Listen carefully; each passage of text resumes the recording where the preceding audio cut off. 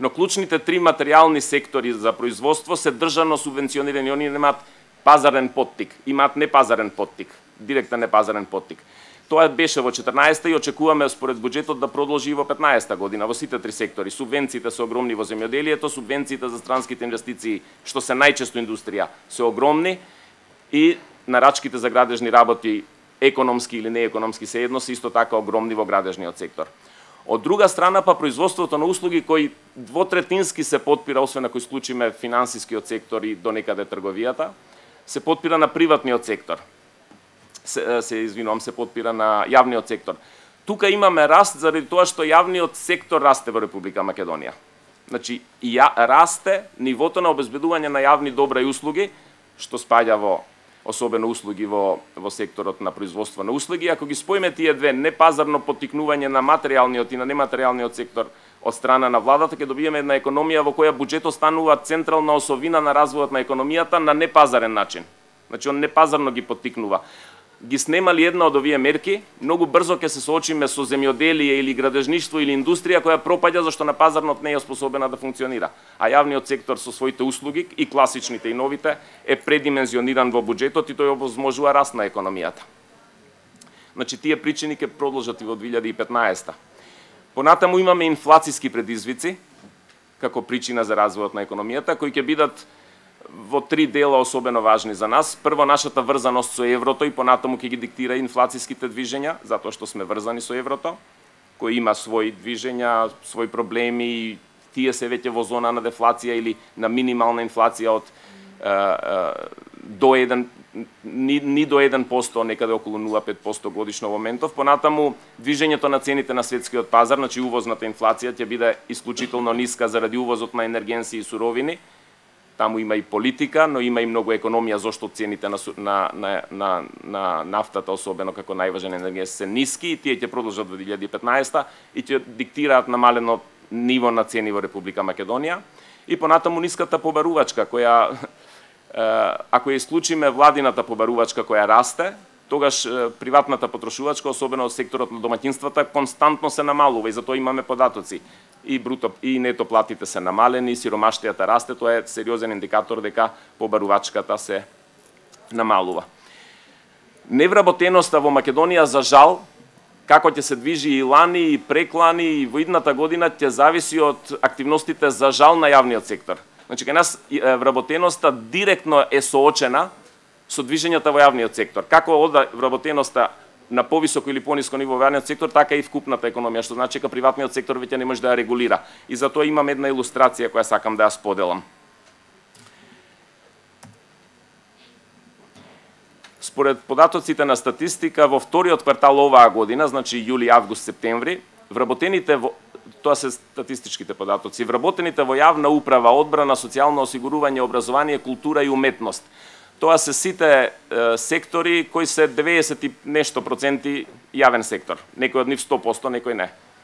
Јавна управа, одбрана и задолжително социјално осигурување се јавен сектор, образование имаме неколку проценти и приватен сектор.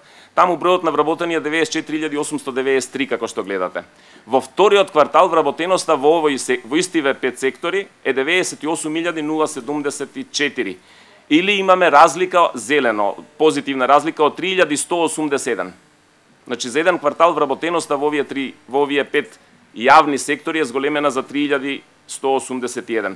Гледајте сега каков е податокот за вкупниот број на вработени во тие два квартали во Македонија. Тоа е ова средна табела. Во истиот квартал сме имале, во вториот квартал, 687.465 вработени, а сега во третиот квартал имаме 690.965. Позитивна разлика од 3.500 во целата економија. Споредете ја сега со разликата во јавниот сектор. Значи, само фалат околу 320. Значи, целата приватна економија, само 320 работни места дала за 3 месеци. Или тоа е ефект од нула. Нашиот систем на вработување, за жал, базира на вработувањата во јавниот сектор. Тоа има огромни консеквенции врз бюџетот.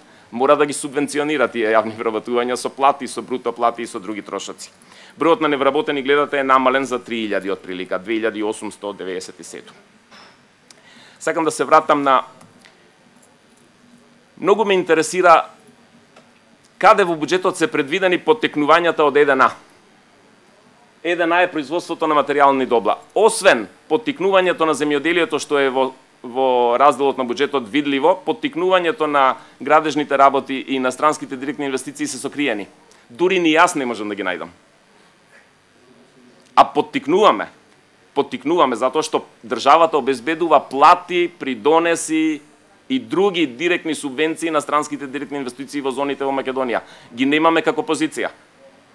Јас можам да претпоставам каде се во функција на државата, во разделот на Министерството за финансии, но не се транспарентни.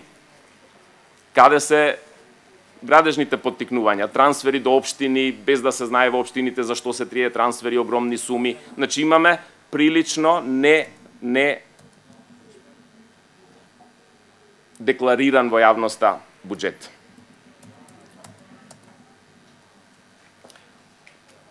Ке завршам уште со неколку табели, зашто и другите треба нормално да зборуваат.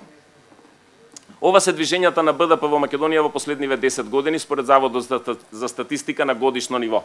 Гледате како се движело од 2001 до 2007-2008 кога дојде кризата, па сега веќе одиме во цик-цак. Запамтете ова движење, зашто следниве табели што имаат голема врска со буџетот многу ќе ни кажат зошто вака ни се движи помеѓу другото БДП, помеѓу другото, но сега зборуваме за буџетскиот ефект, не зборуваме за сите други ефекти, да го изолираме само тој. Таквото движење на БДП ни овозможува во Европа по глава на жител да се наоѓаме предпоследни. Позади нас се само Албанија и Босна. Значи во Европската Унија и државите кои се од Западниот Балкан. Значи гледате, тој раст на БДП не ни овозможува да мрднеме од позицијата дека сме само 35% од просекот на Европа по глава на жител, а просекот на Европа е 100. Гледате како е распоредена Европската Унија и другите држави, вклучувајќи ги Србија, Црна Гора, Бугарија, Романија од нашето соседство, кои се некаде од 40 нагоре во просекот. Значи тој раст на БДП со таква линија не ни овозможува да се приближиме ни оддалеку до европските состојби.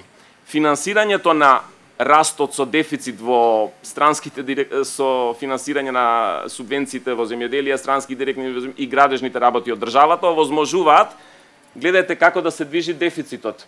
Ова е дефицитот до 2008, 2 години имаме мал суфицит, 3 години мал дефицит и гледате што се случува од 2009. Ова е за 3 квартали од 14, затоа што само за нив имаме податок, но ќе стигне тука некаде кај што е црвенава точка. И 2015 прогнозата е иста таква во буџетот. Значи директно можеме да видиме дека сите оние субвенционирања зголемени во градежниот сектор, во земјоделието и во вработувањата, па дури и кај странски директни, се резултат на кредитирањето со кредити кои еден ден ќе мора се претворат во суфицит за да се вратат. Значи гледате, движењето на БДП, запамтете го во корелација со ова, многу интересни податоци ни дава. Од друга страна, па каде најмногу расте дефицитот, дополнително на ова, гледате го дефицитот на ПИОМ, овде не во проценти, во милиарди долари, во милиарди денари. Некаде од 9-10 во 2006-2007-2008, денеска е стигнат на 22 милиарди. Ова ќе продолжи да расте. Демографските податоци за Македонија, особено природното движење е многу неповолно. Ние имаме сега ситуација во која 2004 ќе имаме само 3000 жители нето разлика од природните движења во Македонија. Значи бројот на умрени минус бројот на родени минус умрени ќе биде само нето 3000.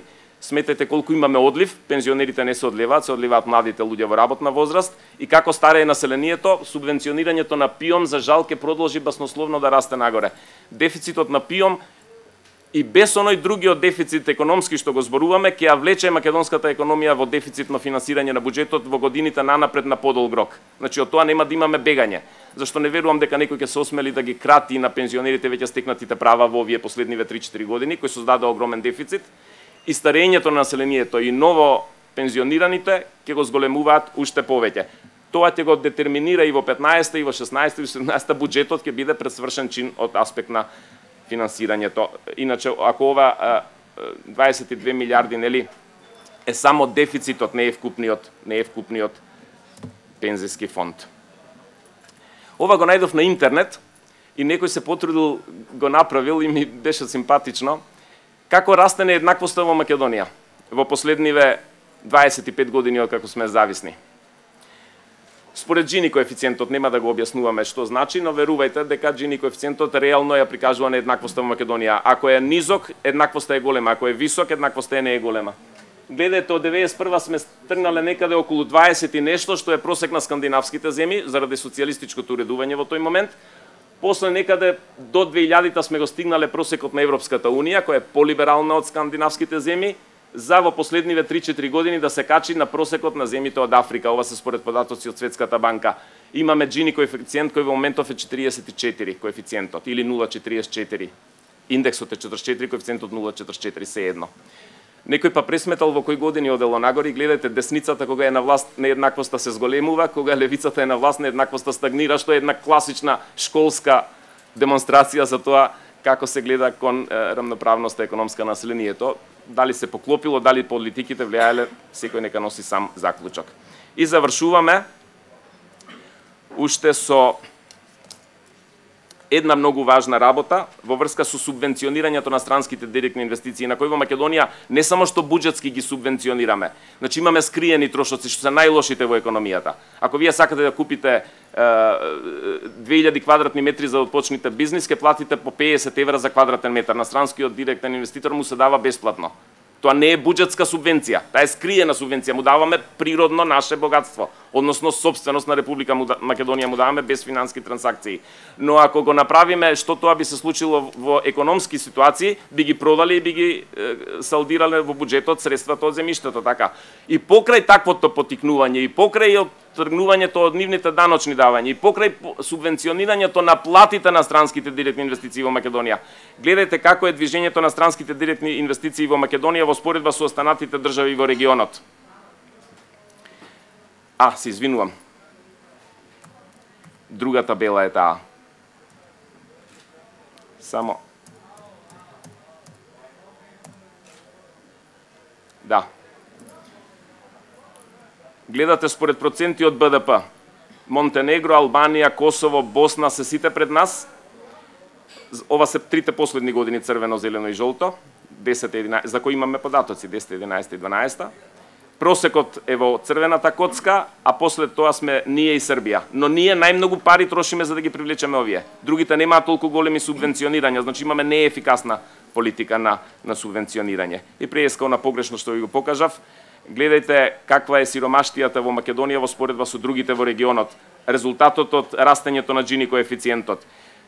Екстремната сиромаштија која е со овде со $2,5 на ден, гледате Македонија каде се наоѓа со плаво. Значи ние имаме скоро 15 и повеќе проценти од населението со $2,5 на ден што живеат. А уште дополнително имаме до 40% од населението кои живеат со $5 на ден. Значи до $5 имаме 40% од населението и тука стоиме многу лошо. Гледате другите каде се пред и позад нас.